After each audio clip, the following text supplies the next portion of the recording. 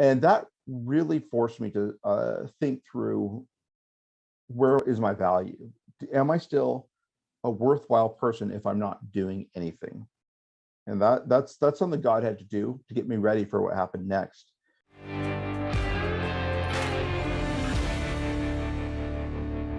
So we all have a story inside of us. Some of us talk about it. Some of us write about it. Some of us preach about it. And some of us just listen and pour drinks sometimes. And if you can do all of the previous mentioned skills, well, that qualifies you to be a guest on the True Man podcast. So welcome to the podcast, Josh Kelley. Now, Josh is a former pastor turned bartender and now a successful ghostwriter and business coach. And if you've seen some of the things I've seen in the world, going from pastor to bartender makes perfectly good sense. So Josh, welcome. And it's a pleasure to have you on the True Man podcast. Well, thank you so much. I'm just so thrilled to be here. Yeah, it's a lot of fun. Yeah, we're going to have a fun conversation today. So some people may be going, what, Mike, what did you just say in that introduction? And, and faith, listen, having faith is a great thing. It's an important thing. It is the thing for sure. But my guess is, Josh, that pastoring a church and being a leader in a church, from what I've seen, it can be a challenge. Oh, yeah. And sometimes can just flat out be a difficult place to hang out. So maybe we start with that. So how do you go from pastor to bartender? Yeah. So I was a pastor for about 14 years, the first 7 as assistant pastor at a large church here in town, and is great in a lot of ways. I got to learn so much. The guy who's the lead pastor there just taught me so much about communication, but I didn't quite feel like I fit, not theologically or anything like that, but just like, they basically couldn't really find a job for me. They had me do a bunch of stuff that I wasn't that good at. And, now here's, sometimes you get insight into your life much later. Yeah. And in this case, I found out, like, when I was in my late 30s, early 40s, that I have ADHD. And, to spend your entire life with that and not know it, you kind of like, oh, so that's why that was so hard. That's why that didn't work. We're of similar age, and quite honestly, back in the day, when we walked uphill, in our snow boots, they didn't diagnose stuff like that. Nah. No, it was just, it was just like being a boy or something. And there's, in many ways, I'm grateful for the fact that I wasn't diagnosed, because I had to create my own coping mechanisms. Yeah. And then add to that, and this is something I only discovered a couple of years ago, my youngest daughter, who's now 17, so she would have been 15, 16 at the time, said, "Hey, Dad, I think I'm dyslexic." Like, oh, okay, that's interesting. So I did a little research, and I was like, crap, I'm dyslexic. So I gave my oldest daughter my ADHD, my youngest daughter dyslexia. And same thing, where I just learned these coping mechanisms. Well, that was a good dad of you to spread that around. Yeah, exactly. I didn't want to give all of it to one of them.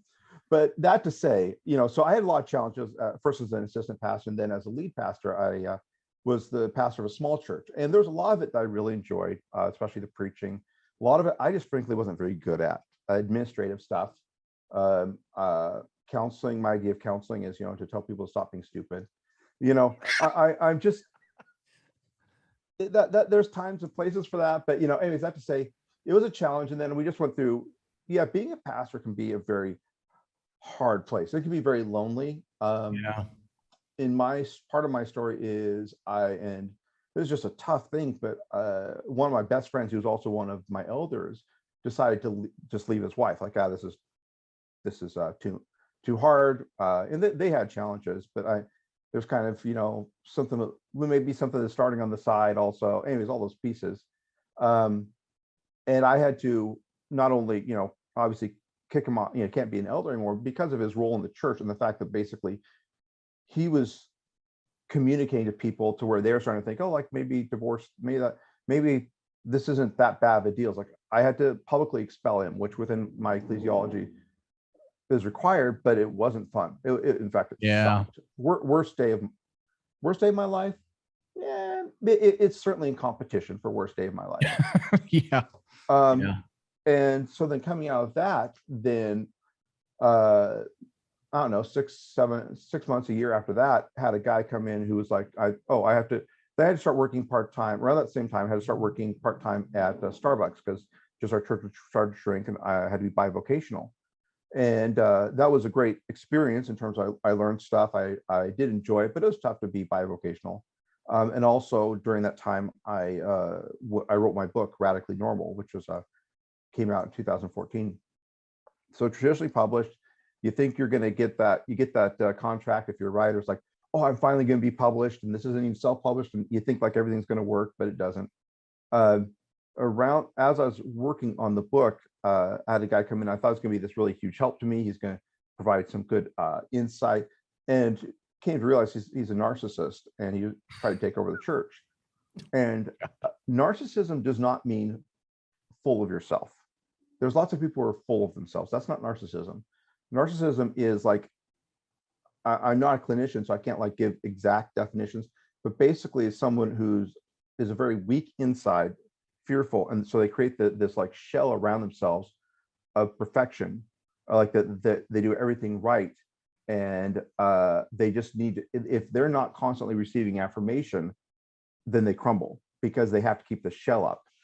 And it's funny. I think you just described everybody on social media. Yeah. Strangely enough. It definitely is a thing. And you can see where I think one of the key defining things of narcissism is going to be that you use people to fill yourself. Anyways, okay, I'm getting off topic. So that happened. He tried to take over the church. So that Sunday was also kind of up there, in ranking for one of the worst days of my life. So we closed the church. We limped along for a while after that, but then we got to a place where it was just no longer sustainable. And I'll say, it's strange to say, but one of the things I'm proudest of is closing the church well. I understood there are plenty of times, especially we had a home group where I'd gone to everyone who's involved in the church and talked to them, almost all of them, like personally gone to them, said, here's what's happening. We have to close down the church. This is what we're going to do. Here's the plan. Again, the last Sunday is going to be this day. We're going to kind of basically be almost like a memorial service for the church. But then I had a group of the newer people who still were really jazzed about what was happening, really excited about the sort of community that we had, because we had a great community. And that's when I told all of them. And man, I watched this group of people go through all 5 stages of grief in front of me, Yeah. Disbelief, anger, sorrow, all of it. And after that, I was like, I see why pastors just take off and turn off their cell phone. I get it. I was, that night, I was like, that sucked. But I say all that to say that to end something well can be, again, I take pride in that. I think an appropriate pride. So that happened. We closed the church. The day after we closed that last service, I got my copy of my book, which is just this really weird thing of like, it's funny timing, isn't it? Yeah, it's like, okay, God. So I read that as, okay, that God means now I'm going to be saying, and now I'm going to be a full-time writer. And so we don't have a job. We decided, okay, let's sell our house and drive around the country for 8 months. So packed our daughters up in the minivan, drove around for 8 months, 40 states, 2 provinces, and Tijuana, and got to see a lot of really cool stuff. Came back from that, and it's like, well, I don't really want to be a pastor anymore. How much of a gift, though? How much of a gift do you reflect back on that and go, wow, that's amazing. What a cool deal that we get to spend that kind of time with our family? Because that's an unusual trip. Not a lot of people get to do that kind of thing. It is absolutely unusual. And people will tease me because, so the title of my book is Radically Normal. And the whole idea of it is that growing up, especially in the evangelical world, you almost have the sense that if you were not like a missionary or a pastor, you couldn't be like a fully committed Christian. There's all the people in the pews, and God's fine with them, but then the really good Christians are the missionaries, right? And so the book is basically how to be a fully committed follower of Christ without being radically normal. It wasn't exactly like a response to David Platt's book, Radical, but it certainly provided a counterpoint to some of the stuff he said and some of the stuff that Francis Chan, I think it was, said in Crazy Love. But so and also about like how to avoid being overly righteous as well as being complacent. That to say, people would say, yeah, you say all this stuff about being radically normal, but then you pack your family up and drive around the country for 8 months, and that sounds pretty radical to me. And my answer was that basically the difference is that that trip was a joy. When you make decisions, when you choose to follow God out of this sense that this is what I have to do, but you don't really want to, that's where it becomes radical in a bad sense. But when God leads you to do some crazy stuff, but it's out of joy, that's a different thing. I was thinking that almost those very words as you were describing that, because really what scripture tells us is to live with joy. Yeah. And, and I've had a lot of these discussions lately about how evil cell phones are, mobile phones, which they are. And, but I think what I fear what is missing as a result of that is, the joy of being in community is what I was thinking last night when I was in a meeting, because, it used to be, I guess I'm old enough to remember that, when you went to the doctor's office, nobody had a phone. And so you just made conversation, or you plopped down at a baseball game and nobody had a phone. So you made conversation. And now you show up virtually any place. It could be at a sporting event. Here in Atlanta, I go to an Atlanta Braves game and I can sit around 10 or 15 people that aren't even watching the game. Yeah. Yeah. And, what are we missing by not being in community? And my personal belief is that the church is suffering as a result of this, because how do you compete with all these other mediums? Yeah, absolutely. And it's a example of the easy over the good. It's easier to pull out your cell phone than to have a conversation. It's safer. Unfortunately, that's it. It really is. And, it takes to have a conversation with someone frequently is an act of generosity, right?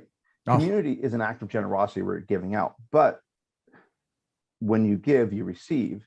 And so, I could preach on and on about the importance of community. And that's something we did really well at the church, my church, and that we do need this connection. And that is, I see that going to church is not a have to of faith, but it's actually get to.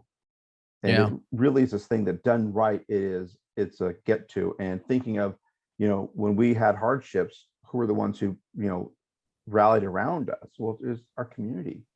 And so I was going to say, so you have this trip and, you get back from the trip and you're like, have to pay the bills, pivot time, and so what's your pivot? So what ends up happening, and I knew I still wanted to write. I didn't want to be a pastor anymore, but I loved writing. But making a living at writing is very difficult, and it takes time.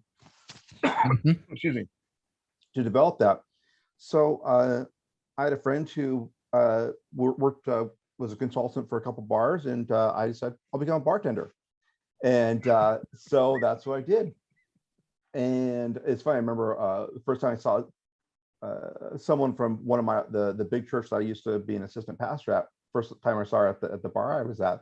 I saw her eyes like glance at my my left hand to see if I was still wearing a wedding ring, because it's like that's all she could think of. It's like, what happened? It's like, no, I don't want to. My joke was I became a bartender to support my writing habit, and so that's what I did for 5 years. I would write in the morning, go bartend at night, and wrote a novel and worked on this novel for those 5 years. And bartending was, it was a lot of fun. The place I worked at, especially the one I was at for the longest, it was a good bar. A lot of Navy clientele, a lot of JOs, so junior officers, and those boys and girls, they know how to drink, and they'll get right up to the limit, but they won't go over because they have so much to lose. So that's interesting. It's oh man. It's you have that reputation of drunken sailors, but man, especially with those officers. I mean, these are almost all pilots. You know, I had one client come in, say, okay, guys, you won't believe it. I just spent the last week flying Tom Cruise around the North Cascades for the movie, for Top Gun 2. Sure. So these are the guys that I'm serving, and they have a lot to lose. So again, they'll get up to that limit. And if I'd say, you know, sorry, man, you're done, the rest of his buddies wouldn't be like, oh, come on, give him another one, or trying to sneak him a drink. They'd be like, cool, we got this. We'll take care of it. And they would. So that's it. It's a classy place. It wasn't a dive bar, which made it more fun. I didn't have to worry about as much stuff as you might at a place where people are having fights or whatnot. Yeah. But you still definitely did get to see, you know, how many of my coworkers were alcoholics, you know, and saw the darker, you know, the darker side. It's a tough environment, isn't it? I mean, it really drinking is. and drugs is my understanding. And now I've never been part of a restaurant experience, a restaurant bar experience, but my understanding is it's just kind of loaded with alcoholism and drugs. It can be, you know, so like weed, you know, it's legal here. I mean, it's Washington State, you know, we're about as liberal as they come. But yet there was also a level of connection and friendliness and of in its own way, community that alcohol does have the ability. It's like, and this is something I'm actually kind of putting together a presentation or a proposal for a book about drinking, how to drink in a godly manner. It's not that I want to try to get more Christians to drink, but rather, you know, the Bible says in 1 Corinthians, I think chapter 10, that, you know, says, whether you eat or drink, do it for the glory of God. Well, if Christians are allowed, if more Christians are drinking, which the statistics are showing, even within the more evangelical world. Yeah. But the churches continue to pretend that Christians don't drink. We've got a disconnect. We've got a problem. Well, you just said a lot there. You said church is pretending. You know, it's interesting because I'm in the South, so yeah, heavy Baptist population down here, and of course they are historically Southern Baptists are strongly against alcohol. But I'll tell you, as a father, how we've approached this, we've never, my wife and I have never said to our children, don't drink, because that's kind of an open invitation to go get drunk, right? We've always said, here's what mom and dad do. We do this responsibly. We do this respectfully. And, you know, if you get into trouble, we're not going to ask any questions, you know, call us. You know, and the responsible thing to do is not drink and drive. If you do it, and, you know, get an Uber, or, I mean, there are plenty of ways to.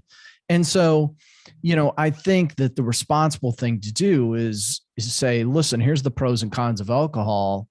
And if you're going to do it, you know, here's what responsibility looks like. And that's what we've tried to model for our kids. Yeah. Because I'm sure you as a pastor have seen this. I've seen so many parents come down hard on their children, like, you're not going to do this. And the minute they leave and go to college, they're drunks. Yeah.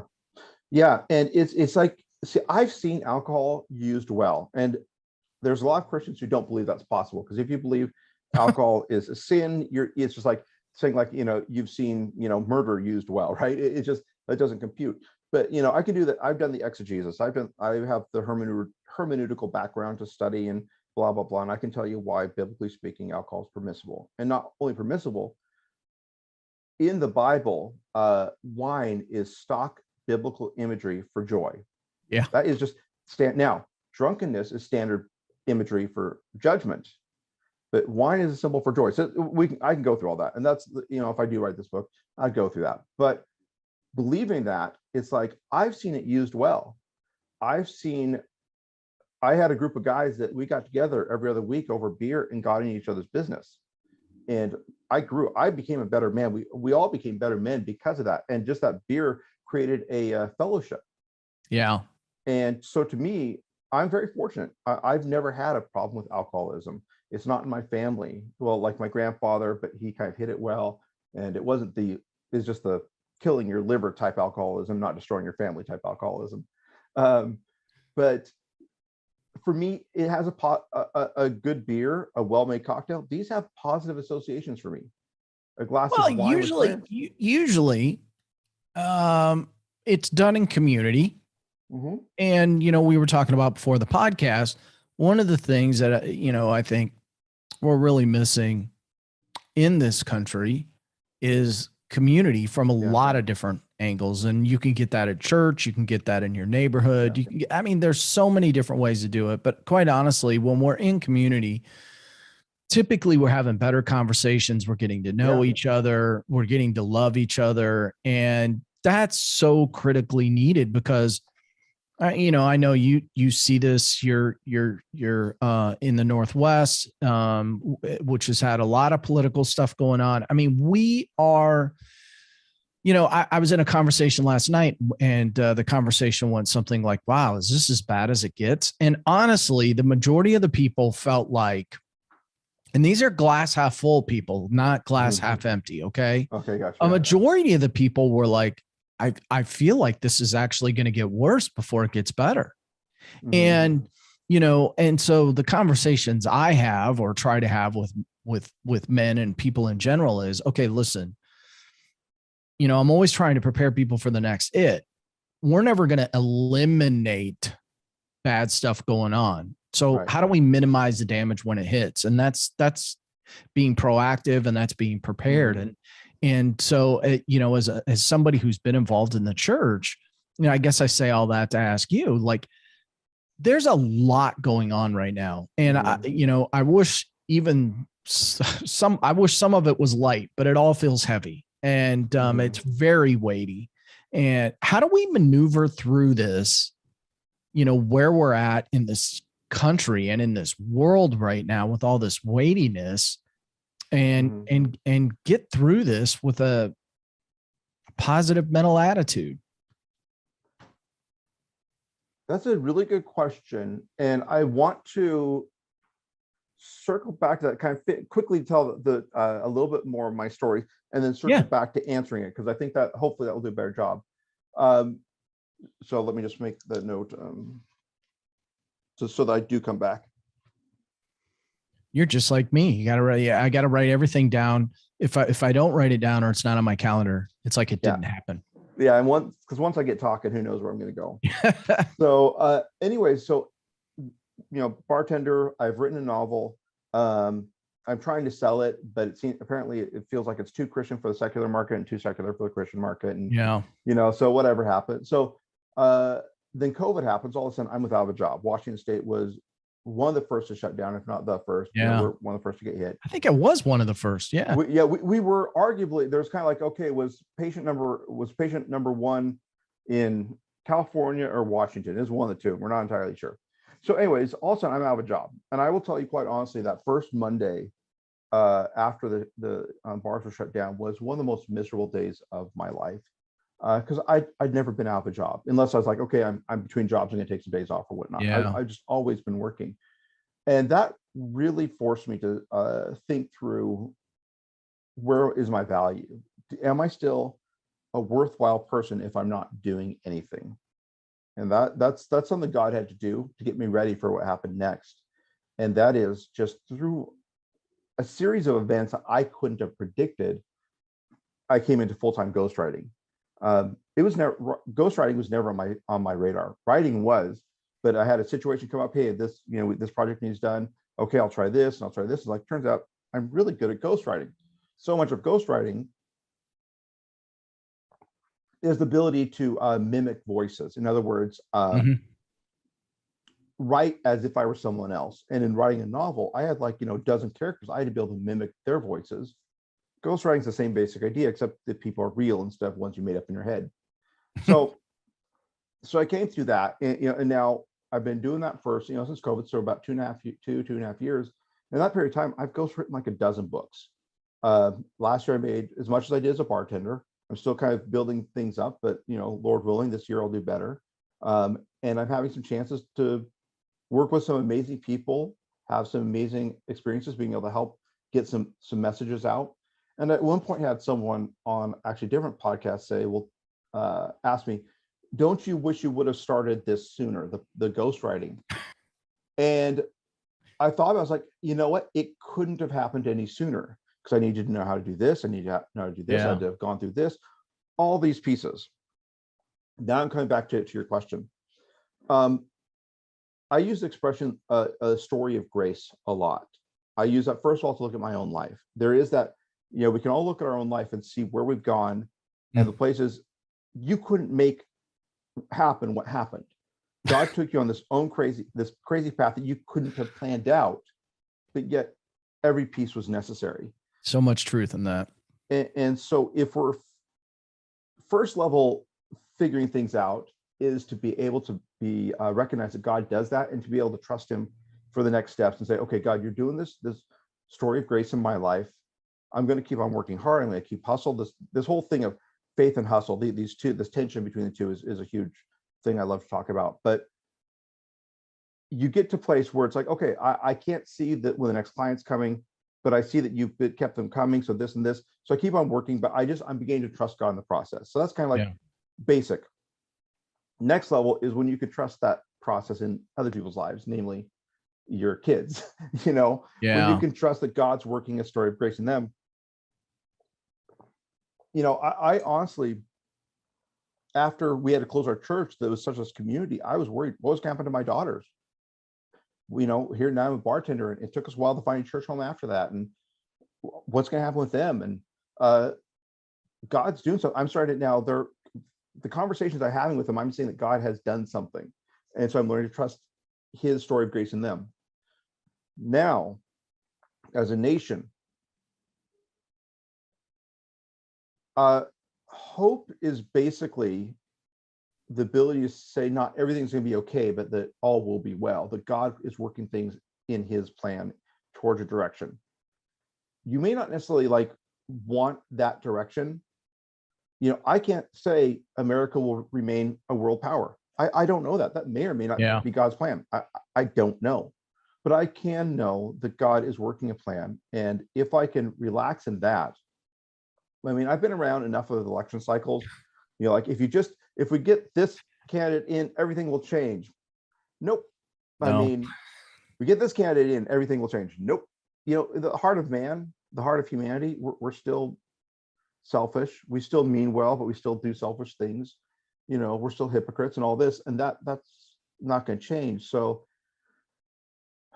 I guess I'm saying an understanding of grace, that God's leading things and not feel like we have to be the one that makes everything happen. I'm not saying go lazy, but if you think, and you see this, I remember talking to or listening to a literary agent. They're the ones who basically help you find a publisher. And this one gal was talking about the difference between going to Christian writing conferences versus secular writing conferences. Honestly, the level of writing at secular writing conferences tend to be higher, but and Christians can be a little bit like, well, it's for God, so it's good enough, but that's a whole different story. But she said, but the level of panic, the level of when it's at the secular ones, people are they're freaking out because they come to this meeting with me to try and convince me to be their agent, and they're just sure if I don't sign them, that's it, there's nothing. But then at the Christian conferences, it's more like, okay, God's doing a thing, I can trust him to do that thing. So I hope I kind of answered that question. Listen, I think in your own way, I think you nailed it, because my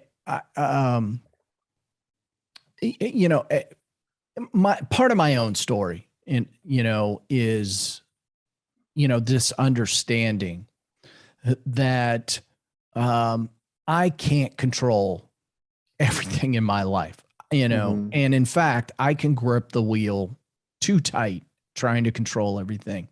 Yeah. And what's gotten me to the point where I'm at now, where I'm able to coach, where I'm able to do this podcast so comfortably, and just so many different aspects to my life, is I've really turned so much of my control that I had over to God.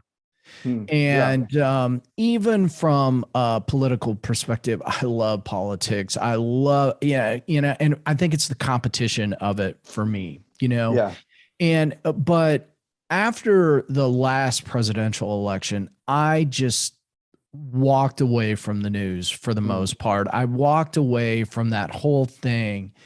And, I would stop short of saying I missed some of it. I follow what I need to so that I'm informed. Sure. Yeah. But I don't let it drive me all the time, like I used to, because I realize now that it doesn't matter from a government perspective who's in control. It doesn't matter what party's in charge. They all suck. And, very few of them have, just the average Joe, in the windshield. The average Joe's in the rearview mirror. And so, I get what you're saying, because, and this is why I'm so passionate about what I do and trying to reach men, because if you're looking to a politician or party, or anything like that, you're going to have a tough time maneuvering through life. And that's just my feeling. And I've been exposed to enough men to know that, there's a small crowd that can always get by. They always do. Who knows how? It doesn't even matter. But I mean, for the rest of us, it's about higher power, and it's about being in that community of like-minded people, because life's just too hard to get by on our own. So I think, I totally get your answer. Yeah. I'm becoming a little less frantic about things. I'm not saying I'm not frantic, but God's just done a lot of things to make clear the extent to where, he has a super attending hand over history. And that he's not ever caught with his pants down, so to speak, Yeah. And and I guess, and to again, to kind of bring back to, I just love your whole thing about, comeback, right? And that even through the failing, even through the mistakes, okay, so the people you coach, I'm sure there's been plenty of divorcees, probably plenty of them that where it was their own fault, right? Well, I mean, if it's, the bottom line is, statistically speaking, we're at 51% of the population. So, I mean, you can throw a rock and find somebody who's been through it. Yeah. And the bottom line is, to your point, typically the statistics get worse. So, I mean, people get married a second time and it fails at a higher percentage rate, and a third time and the percentages get worse. And the reason is why is simple. They're not working on themselves. They're turning to other people to try to fix them or solve for the problem. And the problem is a quick look in the mirror most of the time. Yeah. Most of the time. I'm not going to say all the time, but I mean, you have to look in the mirror and do a little work. Yeah. And that's something I've seen, and it definitely applies to writing. Here it's hard enough to take your writing and take a hard look at it and have someone else take a look at it and say, this does not work, this sucks, this works. Yeah. How much more so when it's yourself? To be able to look in the mirror and do an honest evaluation, like James talks about, to look in the mirror and remember what you saw and to do something about it, that takes courage.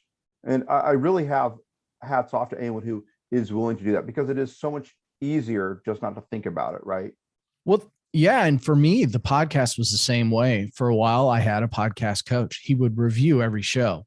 Yeah. Now, I'm here to tell you that was intimidating, because I would be talking with people, and in the back of my head, I'm hearing this voice going, you probably better go down this road because he's going to review this and he's going to, and it was a great experience. It was tremendously valuable for sure. And it did take me a while. I don't have that voice in my head anymore. And I just kind of feel like, well, things go the way they go. I ask things that I'm, kind of most interested in.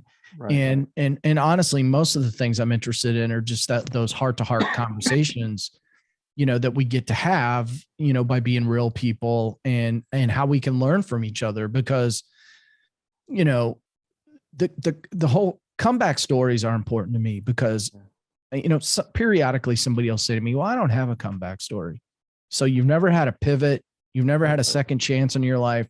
and you've never had a comeback on anything.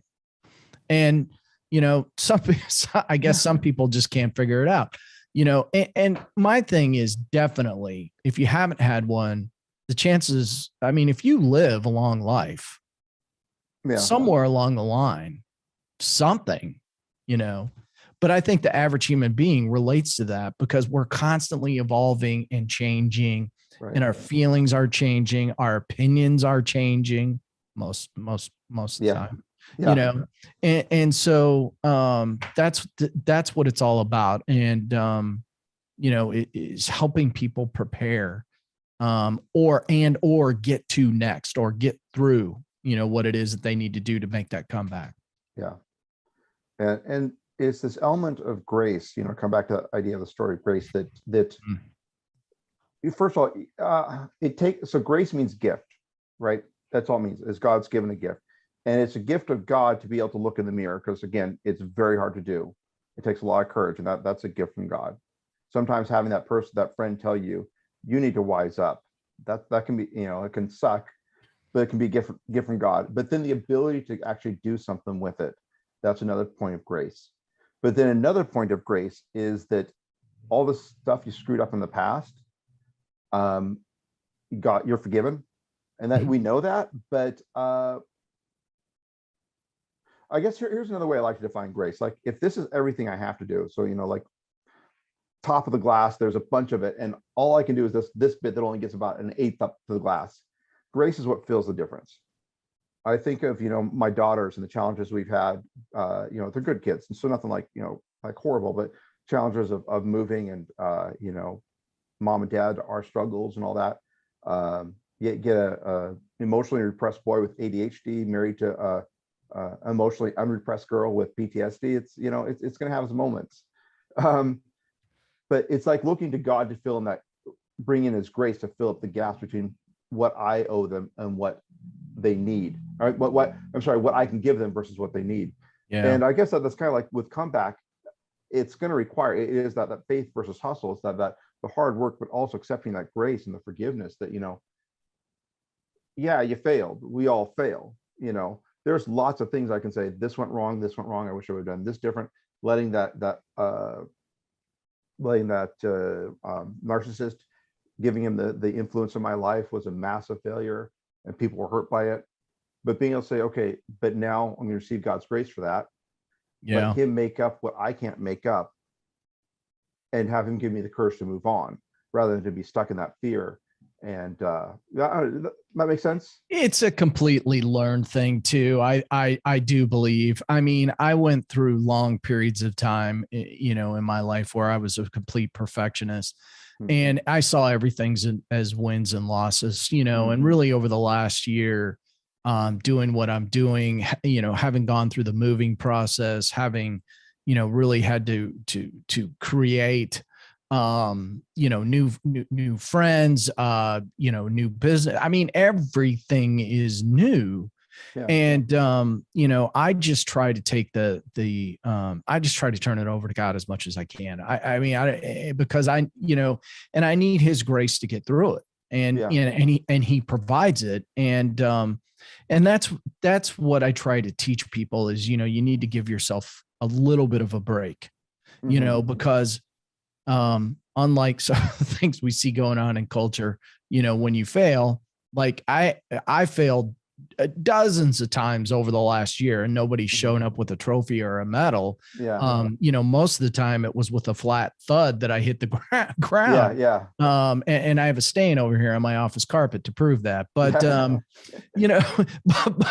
but listen, we need that. And I think so much of the time that's what's missing. One of the things that's missing in our culture right now is that, you can succeed in life, but it's not probably going to happen without a little messy going on. Yeah. Oh, yeah. And so when the messy happens, who do you turn to? Who's, are you a part of, and so, you need, in my view, you need God in your life, you need prayer in your life, and you need to surround yourself with people that can help you. And I'm just such a huge advocate for helping people find a community that can help them maneuver through life. And man, we need that. Mm-hmm. Don't think, here I am, I'm on my soapbox again. Yeah. Don't think that you can maneuver through life on your own. It's just simply, you're one in a million if you can figure that out. We are designed to be in community. You have the whole imagery of the body of Christ. Interdependence is what we were made for. And in fact, I believe that in heaven, we're still going to be needing each other's help, that we're not going to be able to pull I love C.S. Lewis basically has talked about heaven as an adventure rather than as the stagnation. And I'm really on board with that. And having these great challenges that God gives you that you don't know how you'll be able to pull it off. But the part of that will be that you have to work together, that you won't be able to pull it off. I'm just preaching now. Actually what I was thinking was, you know what? I don't have enough C.S. Lewis quotes on the podcast.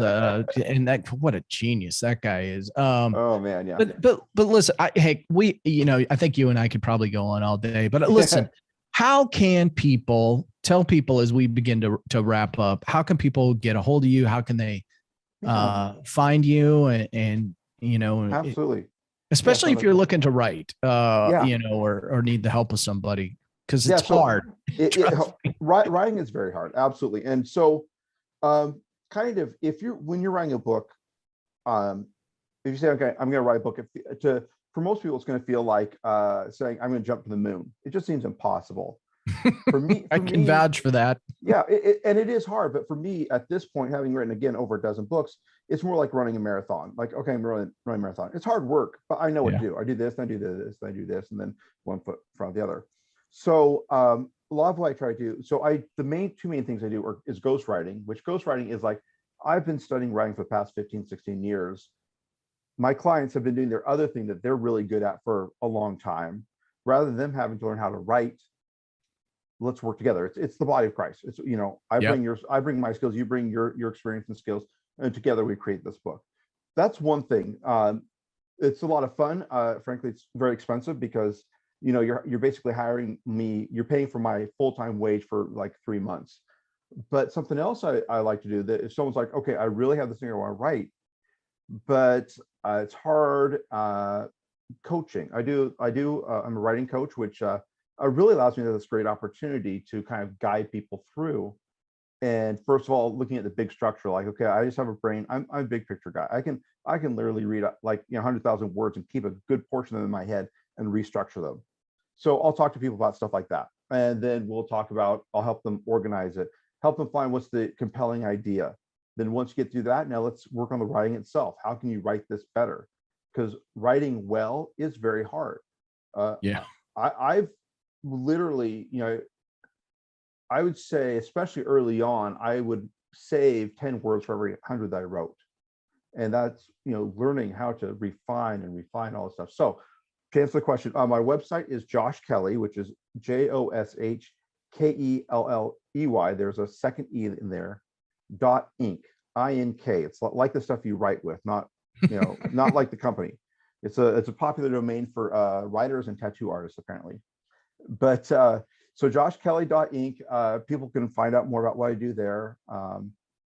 Again, writing, either as a writing coach, as a ghostwriter, it's my mission is to bring more God-honoring, life-changing books into the marketplace. Some of them I write, some of them I coach people through writing them, and sometimes I just have a conversation with someone, and that helps them or give them an idea. All of the above. I'm happy to do it. Yeah, and we'll put your contact information in the show notes so they can figure out which Kelley to get that to. Yeah, exactly.